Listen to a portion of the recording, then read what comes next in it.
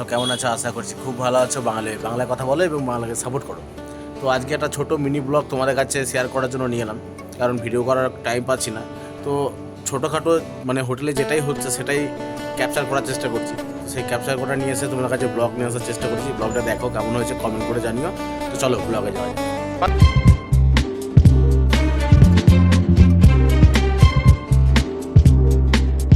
হঠাৎ করে কোম্পানিতে এসে দেখি শ্যুটিং চলছে। এটা আবার কী শ্যুটিং? তারপর জানলাম যে এটা শ্যুটিং নয়, মানে কোম্পানির নতুন কোম্পানি ওপেনিং হয়েছে, সেই কারণে ইউটিউব বা যে কোনো সোশ্যাল মিডিয়ায় অ্যাড দেওয়ার জন্য ওরা শ্যুট করতে এসেছে। আমি তো ভাবলাম সিনেমা শ্যুটিং হচ্ছে নাকি। তারপরেই বেরিয়ে গেলাম গাড়ি করে ডিমার্ট শপিং করতে, কিছু ককটেল বানানোর জন্য, থামস আপ আর বরফ এগুলো কেনার জন্য। তো আমাদের যে হেড সুপারভাইজার আর আমি বেরিয়ে গেলাম ডিমার্টে শপিং করতে। তো এই যে রাস্তায় যাচ্ছি এখন। তো চলো যেতে যেতে আর তোমাদের একটা কথাই বলেছি যে হায়দ্রাবাদে একটা জিনিস সবথেকে বেটার হচ্ছে, সেটা হচ্ছে প্রাকৃতিক ভিউ। মানে অসাধারণ, চারিদিকে গাছপালা আর আকাশের তো কোনো কথাই নাই। কারণ এনি টাইম এত সুন্দর লাগে, যদি মেঘও করে তাতেও ভালো লাগে, আর যদি মেঘ না করো তাতেও আকাশটা অসাধারণ লাগে, অসাধারণ। তো ডিমার্টে পৌঁছে গেছি। তো এখান থেকে নেব কিছু থামস আপ, 7 আপ এগুলো কিছু নেবো।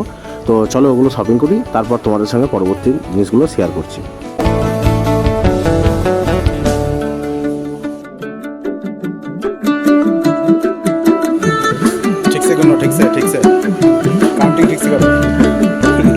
তো এখানে চলছে এখন থামস আপের গুনতি, ঠিক আছে? কারণ আমাদের যে সুপারভাইজার আছে, হেড সুপারভাইজার, তার সাদা মনে কোনো কাদা নাই। তো সেই কারণে সে ভালো করে গুনতি করে নিচ্ছে। তো আমিও তার সঙ্গে একটু গুনতি করে নিলাম।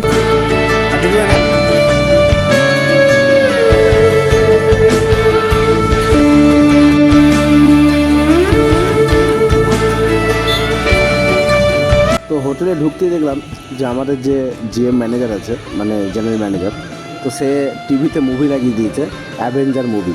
তো সবাই মানে কাস্টমার ছিল না, দুপুরের লাস্ট টাইমটা আর কি, মানে 3:30 4টা আর কি এরম বাজে। তো তখন কোনো কাস্টমার থাকে না। তো এখানে টিভিতে লাগিয়ে দিয়েছে অ্যাভেঞ্জার মুভি। তো সবাই দাঁড়িয়ে দাঁড়িয়ে অ্যাভেঞ্জার মুভি দেখছে ম্যানেজারের সঙ্গে। আমি একটু দাঁড়িয়ে দাঁড়িয়ে মুভি দেখে নিলাম। আর তারপরে শুরু হয়ে গেল সন্ধ্যেবেলার মকটেল বানানো। এটা হচ্ছে আমাদের বাঙালি ক্যাপ্টেন। তো ক্যাপ্টেন দাদা মকটেল বানাচ্ছে। তো মকটেলগুলো দেখো।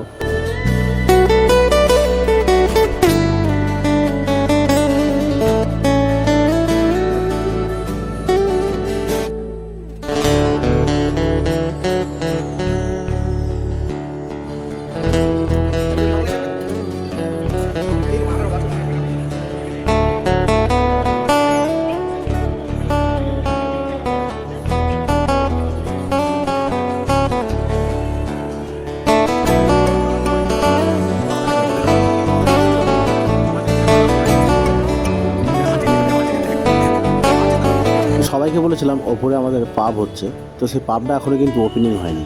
তো সেই কারণে ওখানে গাছপালা দিয়ে আর কি সাজানোর জন্য বড় বড় গাছ নিয়ে এসছে। তো ওখানে আমি মালিককে জিজ্ঞেস করলাম যে এত বড় গাছ, বলছে জঙ্গল বানাবো। তো আমি নিচে গেলাম, সবাই গাছ তুলছিল। তো ওখানে গিয়ে সবার সাথে গাছগুলো তোলার হেল্প করছিলাম।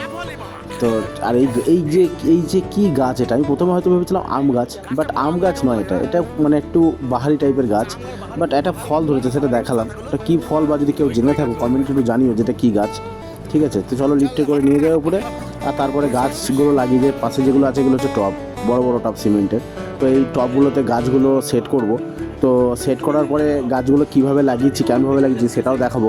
তো ভিডিওটাকেও স্কিপ করো না, ভিডিওটা দেখতে থাকো আর মজা নিতে থাকো।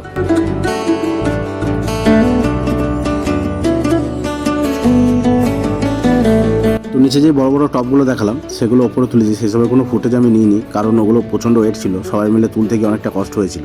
তো সেই কারণে তোলা হয়নি। তো গাছগুলো এইভাবে সেটিং করেছি। এখান থেকে নিচে সার রেডি করে, যেটা নিচে পড়েছিল মাটির মতন, ওটা সার। তো সার রেডি করে গাছটাকে পুরোপুরি মাটি ফাটি দিয়ে পুরো সেট করলাম।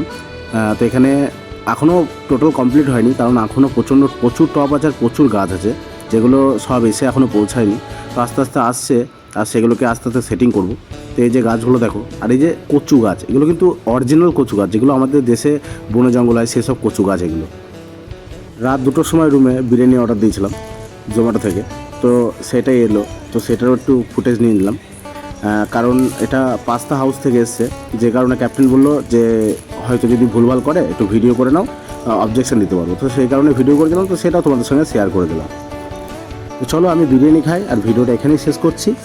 নেক্সট ভিডিও নিয়ে দেখা হচ্ছে। ভিডিওটা ভালো লাগলে like, comment, share and subscribe করে দিও, ফলো করে দিও।